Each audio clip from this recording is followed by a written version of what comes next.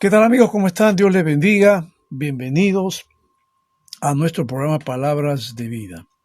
Continuando con el estudio que estamos haciendo del libro de Daniel, vamos a entrar ahora al capítulo 5 y tiene que ver con el rey Belsasar.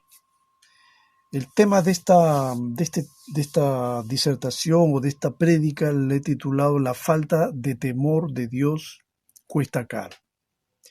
Claro que antes de comentar los versículos de este capítulo, conviene dar unos datos históricos que nos pueden conducir al evento narrado justamente en este capítulo y nos van a ayudar a comprender el punto de tiempo en la cronología. Hay que ver, por ejemplo, que el primer rey de Babilonia se llamó Nabopolosar. Él comenzó a reinar en el año 625 a.C. y murió en el año 605. Reinó 20 años. Luego de él surge su hijo, que se llamó Nabucodonosor, que él reinó desde el año 605 hasta el año 562 a.C. Tuvo un reinado largo. El hijo de Nabucodonosor fue Amel-Merodach, que es el nombre babilonio, pero se le conoce en la Biblia como Evil-Merodach, que es el nombre hebreo. Y él reinó poco tiempo, reinó 2 o 3 años, desde el 562 hasta el 560, porque fue asesinado por Neriglissar. Evil-Merodach es quien precisamente sacó de la prisión al rey de Judá, Joaquín, y lo elevó pues a una posición de honor, como se menciona ahí en 2 Reyes 25, 37 al 30. Y también lo menciona Jeremías ahí en el capítulo 52. Y este hombre que asesinó a Evil-Merodach, Neriglissar, que fue yerno de Nabucodonosor, tomó el trono en el año 560 y reinó hasta el año 556. Estamos diciendo de unos 4 años en realidad. A los pocos meses de ascender al trono, el hijo de Neriglissar, Labasí-Merodach, fue muerto. Y Nabónido ascendió al trono en el año 556 a.C. Este fue el padre de Belsasar, que se menciona justamente en el capítulo 5 de este libro de Daniel, que es el capítulo que vamos a analizar.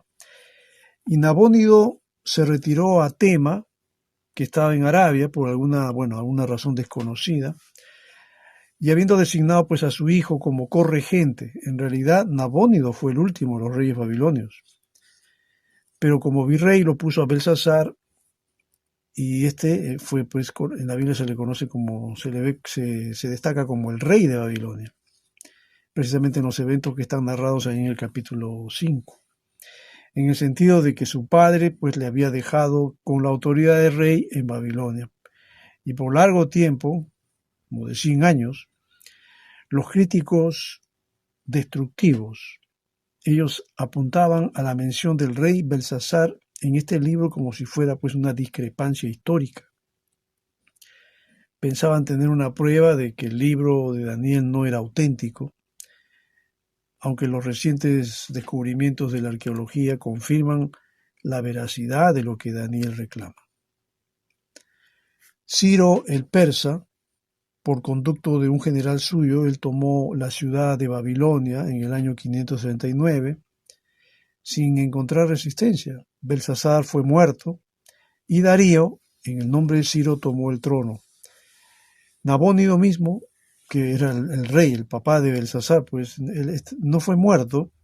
Él estuvo pues en Arabia, lejos de Babilonia, y los nuevos conquistadores le dieron una pensión. Los antiguos historiadores seculares como Beroso y Josefo no mencionan a Belsasar, sino solamente a Nabónido, que dicen que fue el último rey de Babilonia. Por eso los modernistas, basándose en el silencio, han hecho un gran caso de lo que suponen ellos ser una gran contradicción en la Biblia. Pero resulta, gracias a la arqueología, como ya hemos dicho, que no hay contradicción alguna entre la narración del libro de Daniel y los hechos de la historia secular. Entrando propiamente al pasaje, centrándonos entre los versículos 1 al 4, estamos en el capítulo 5 de Daniel, vamos a ver aquí la falta de temor de este hombre, Belsasar, que como ya dijimos, era el virrey en realidad, el rey verdadero era Nabónido, pero lo dejó a su hijo para que sea el corregente, el que pueda gobernar. Estos versículos dicen que Belsasar pues ofreció un gran banquete a 1000 miembros de la nobleza, bebió con ellos hasta emborracharse. Mientras brindaban, Belsasar mandó que le trajeran las copas de oro y de plata que Nabucodonosor su padre había tomado del templo de Jerusalén. Y así se hizo, le llevaron las copas y en ellas bebieron el rey y sus nobles junto con sus esposas y concubinas. Y ya borrachos, se deshacían en alabanzas a los dioses de oro y plata, bronce, hierro, madera y piedra que ellos tenían. Vean ustedes la actitud y la irreverencia con que ellos se mostraron ante Dios, porque esos instrumentos eran instrumentos sagrados. Nabucodonosor los había sacado de Jerusalén, del templo, pero los guardó. Pero Belsasar no le interesó nada de esto y cometió pues un gran desatino, como dije, al usar los vasos de oro y plata del templo de Jerusalén. Esto permitió que se dé cumplimiento precisamente a la profecía de Jeremías. Ahí en Jeremías, en el Jeremías capítulo 50, permítame buscar este pasaje, Jeremías capítulo 50, en el versículo 1 al 3, ahí dice claramente cómo iba a ser destruida la ciudad de Babilonia, el imperio de Babilonia. Y permítame leer lo que dice el capítulo 50, versículo 1 al 3, que dice: La palabra del Señor acerca de los babilonios y de su país vino al profeta Jeremías. Anuncien y proclamen entre las naciones, proclamen o levanten un estandarte. No oculten nada, sino digan, Babilonia será conquistada. Bel, que era una de las deidades, quedará en vergüenza. Marduk, también era otro, quedará aterrado. Sus imágenes quedan humilladas y aterrados sus ídolos, porque la ataca una nación del norte, que dejará desolada su tierra. Hombres y animales saldrán huyendo, y no habrá nadie que la habite. Y bueno, esto continúa hasta el capítulo 51 de Jeremías, que habla precisamente, como hemos dicho, de la invasión de ese reino del norte que se menciona aquí, que era justamente el imperio medo-persa. La falta del temor de este rey, sin duda que fue sancionada. A Dios no le agradó para nada lo que este hombre había hecho y por lo tanto tenía que ser sancionado, como menciona precisamente allí en los versículos 6 y al versículo 5, al versículo 7. Dice el capítulo 5, capítulo 5, versículo 5, en ese momento, en la sala del palacio, apareció una mano que a la luz de las lámparas escribía con el dedo sobre la parte blanca de la pared, y mientras el rey observaba la mano que escribía, el rostro le palideció del susto, las rodillas comenzaron a temblarle, y apenas podía sostenerse, y mandó entonces que vinieran los hechiceros, los astrólogos, adivinos y estos sabios de Babilonia. Les dijo: al que lea lo que allí está escrito y me diga lo que significa, lo vestiré de púrpura, le pondré una cadena de oro en el cuello y le nombraré tercer gobernante del reino. Este hombre altivo, Belsasar, no puede sostenerse frente a Dios. La reacción de él frente a la mano que escribe en la pared es de turbación y susto. Y a veces me pongo a pensar que así también va a ser la reacción de los pecadores cuando tengan que comparecer ante Dios en el juicio ante el trono blanco, como menciona Apocalipsis 20. Si la mano de Dios infunde miedo, ¿cómo será su misma presencia? La falta de temor de este hombre le impidió entender a Dios. De hecho, yo creo que el hombre que está desvinculado de Dios, que no tiene temor de Dios, nunca va a poder entender los planes de Dios, nunca va a entender los actos de Dios, nada, no va a poder comprender, porque el pecado le oscurece el entendimiento, le nubla el entendimiento. El verso 8 dice, todos los sabios del reino se presentaron, pero no pudieron descifrar lo escrito ni decirle al rey lo que significaba. Y el rey Belsasar se asustó, palideció todavía mucho más, y los nobles por su parte estaban confundidos. Todo el mundo estaba confundido, nadie sabía nada, nadie podía interpretar eso. Y al oír precisamente el alboroto que hacían el rey y sus nobles, la reina misma entra en la sala del banquete y exclamó, que viva su majestad por siempre, y no se alarme ni se ponga pálido. Ya que su misma esposa lo notó igual, pálido. Y va a decir lo siguiente, en el reino de su majestad hay un hombre en quien reposa el espíritu de los santos dioses. Cuando vivía el rey Nabucodonosor, padre de su majestad, se halló que ese hombre poseía sabiduría, inteligencia y gran percepción semejante a la de los dioses. El padre de su majestad llegó a nombrar a este hombre jefe de los magos, hechiceros, astrólogos y adivinos. Y es que ese hombre tiene una mente aguda, tiene amplios conocimientos e inteligencia y capacidad para interpretar sueños, explicar misterios, resolver problemas difíciles. Llame usted a ese hombre y él le dirá lo que significa ese escrito. Se llama Daniel, aunque el padre de su majestad le puso por nombre Belsasar. No era tocayo, por si acaso. Belsasar, el nombre de Daniel era con T intermedia. En cambio, este rey se llama Belsasar sin T. Suenan casi igual, pero no eran lo mismo. Por lo menos no eran la misma personalidad. Daniel no tenía la personalidad del otro. Aunque el nombre sí tenía cierta similitud. Belsasar, como ya hemos visto en el pasaje, no salía de su asombro, estaba pálido por susto por la escritura en la pared. Y como ya dije, el hombre pecador desconoce la voluntad de Dios, desconoce los designios de Dios para su vida. Es triste ver que muchos hombres quebrantan la ley de Dios e ignoran el porqué de sus desgracias. Y lo que es peor, mueren sin entenderlas. Aquí vemos que solo un hombre de Dios podría ayudar a comprender el laberinto de aquel hombre, como en este caso Belsasar, que fue irreverente ante Dios.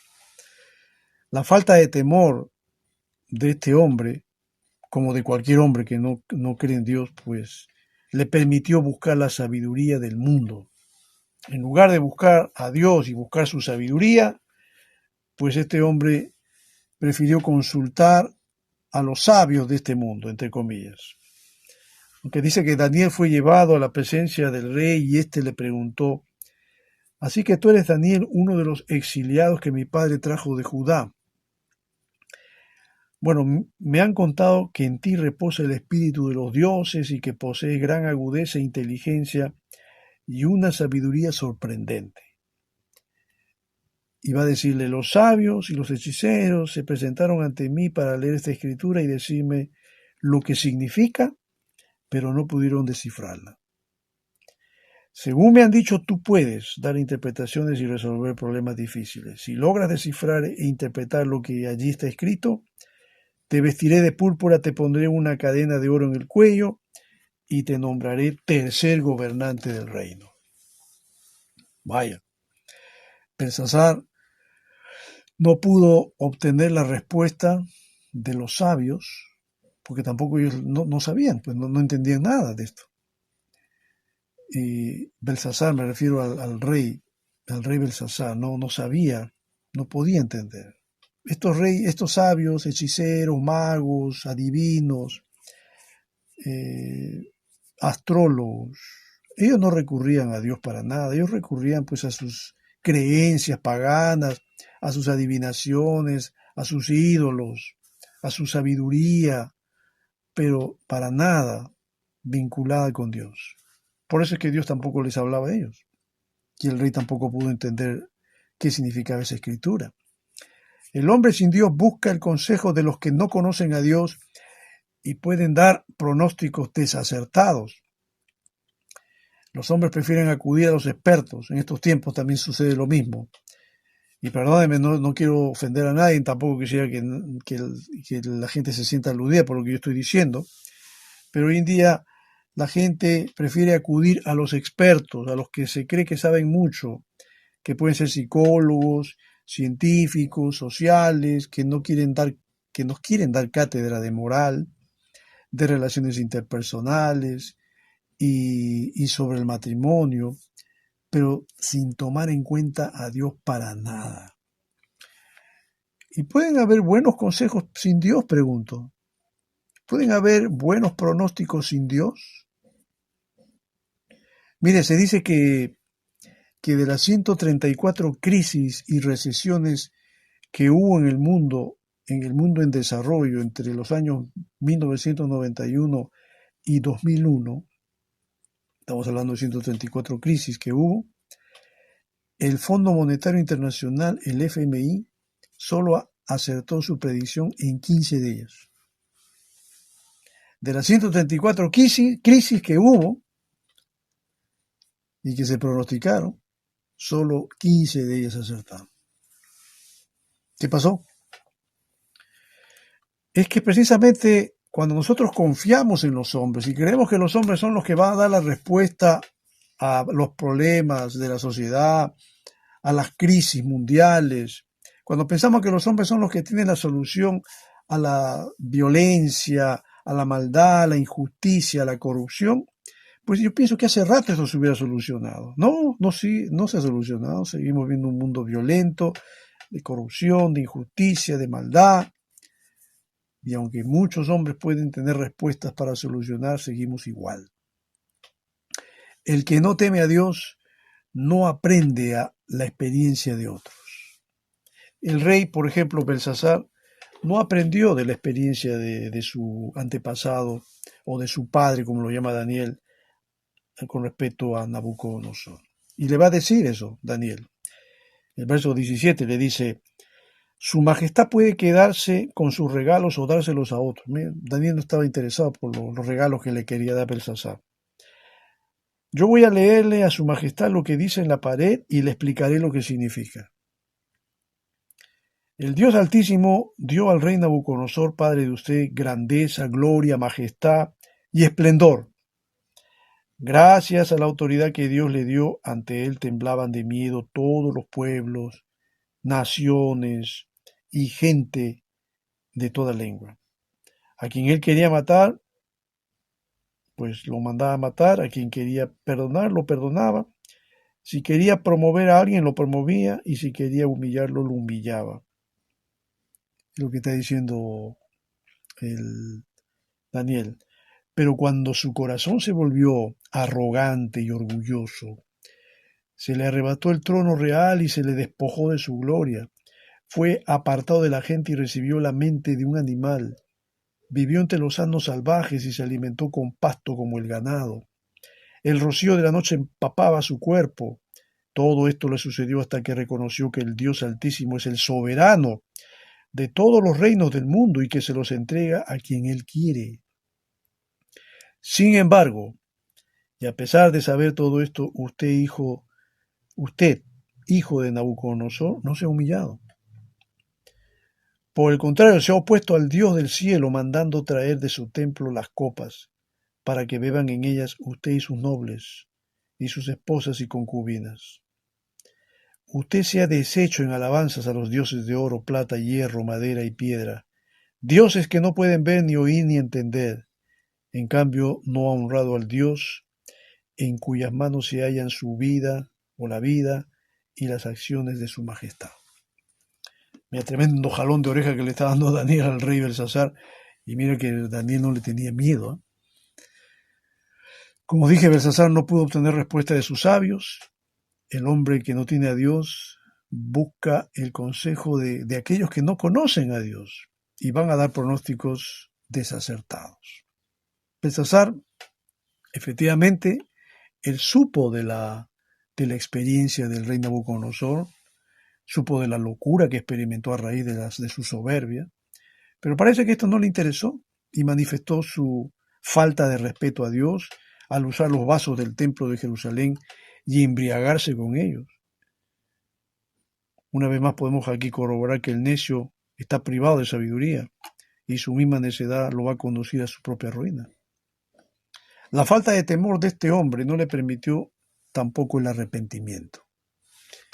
Es triste la situación y podemos decir que fue triste el destino de este hombre, finalmente, ¿no? Como menciona el versículo 24, en adelante, que dice, por eso Dios, Daniel le va a decir, ya como para sentenciarlo, le va a decir, por eso Dios envió esa mano a escribir. Lo que ahí aparece, que dice Mene, Mene, Tekel, Uparsin, pues bien, esto es lo que significa. Mene significa Dios ha contado los días del reino de su majestad y les ha puesto un límite. Tekel, su majestad ha sido puesto en la balanza y no pesa lo que debiera pesar. Y Parsin, el reino de su majestad se ha dividido y ha sido entregado a medos y persas. Entonces Belsasar, al escuchar lo que dijo Daniel, ordenó que se vistiera a Daniel de púrpura, que se le pusiera una cadena de oro en el cuello, que se le nombrara tercer gobernante del reino. Y efectivamente, cumplió su promesa, aunque Daniel no lo estaba haciendo por eso. Pero bueno, en fin, como el rey lo quiso honrar, Daniel aceptó eso. Pero luego dice, esa misma noche fue asesinado Belsasar, rey de los babilonios, y Darío el persa se apoderó del reino. Para entonces Darío tenía 62 años.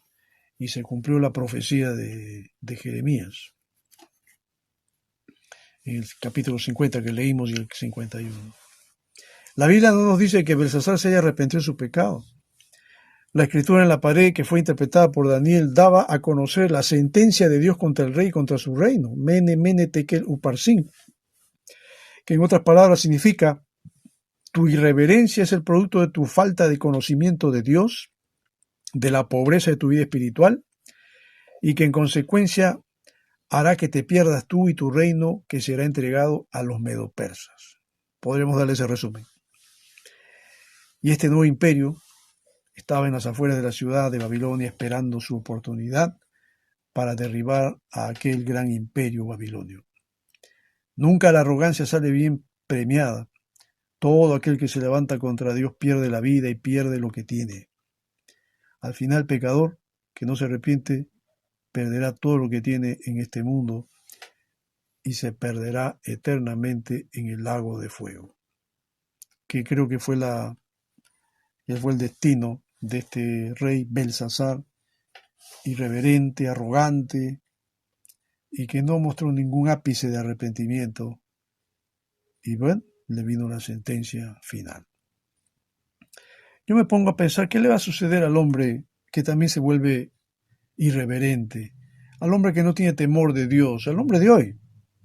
El hombre que no cree en Dios, que se burla de Dios, que se ríe de Dios, que se cree Dios. Como Nabucodonosor se creía un Dios, por eso que hasta se levantó una imagen de sí mismo. El hombre que puede haber logrado mucho en la vida, que puede haber logrado éxito, fortuna, aquel que está en la cumbre, como decimos. Hay que muchos que están en la cumbre y están embriagados del poder y de la fama y el prestigio, que se consideran dioses, dioses para sí mismos, pero que van a tener el mismo final que el rey Belsasar, si no se arrepiente. Cristo vino a este mundo, mi querido amigo, para que tú te arrepientas de tus pecados, para que tú te humilles ante Dios, para que tú reconozcas que el único Rey de reyes y Señor de señores es Jesucristo. Tú no eres Dios, tú eres una criatura de Dios. Tú has sido creado por Dios, yo también he sido creado por Dios. Todos los seres humanos somos creados por Dios. Y por lo tanto todos estamos bajo condenación porque estamos bajo la esclavitud del pecado. Todos pecamos, todos hacemos algo malo. Hay quienes hacen más que otros. Claro, alguien me dijo una vez, pero yo no robo, yo no fumo droga, yo no mato, yo no hago esto. Está bien, no harás eso, pero haces otras cosas que van también en contra de la voluntad de Dios. El ser humano nace en pecado, nace bajo bajo la triste realidad, el estigma y maldición que hemos heredado de Adán y Eva, que se llama el pecado original, que es lo que lo empuja al ser humano a hacer lo malo ante los ojos de Dios. Para librarte de esta esclavitud, de este tormento del pecado que te tiene atado, es precisamente que tú creas en Jesucristo, porque Él vino al mundo a morir por tus pecados. Cristo murió por los pecados de toda la humanidad. Pero se salvan los que creen. El que no cree, el que rehúsa creer, el que dice que no le interesa, se pierde. Jesús dijo, el que cree en mí será salvo y el que no será condenado. Así, de resumido, pero está diciendo una gran verdad. Si tú crees en Cristo, te salvas. Si no crees en Cristo, te condenas. Tú solo te condenas. No es que Dios te va a condenar, tú te condenas porque estás rechazando a Dios. Hay gente que quiere salvarse, pero quiere rechazar a Dios, pero igual quieren salvarse. Y no es así. La salvación está condicionada a creer en Jesucristo. Cree en el Señor Jesucristo para que seas salvo. No solamente tú, tu casa, tu familia, tu esposa, tus hijos. Si a ti te interesa y los amas a ellos, pues interésate también porque ellos se salven. Primero sálvate tú. Cree en Jesucristo. Líbrate de una condenación terrible que está viniendo y va a venir sobre todos aquellos que se han muerto sin Cristo. No vayas al infierno. Hay mucha gente ahí sufriendo y llorando y lamentándose por no haber creído en Cristo. Y eso ya no tienen otra salida sino ir al lago de fuego, donde serán eternamente confinados para un tormento eterno. Líbrate de eso. Abre tu corazón. Acepta a Cristo como tu Salvador. Cree en Jesucristo. Él hará de ti un hombre nuevo, una nueva criatura. Como dice Pablo en 2 Corintios 5, 17, de modo que si alguno está en Cristo, nueva criatura es. Las cosas viejas pasaron, he aquí todo es hecho nuevo. Dios quiere hacer de ti un hombre nuevo, una nueva criatura, para la gloria suya. Espero que este tema haya sido de ayuda, de inspiración, de bendición para tu vida. Estamos en contacto en una próxima oportunidad.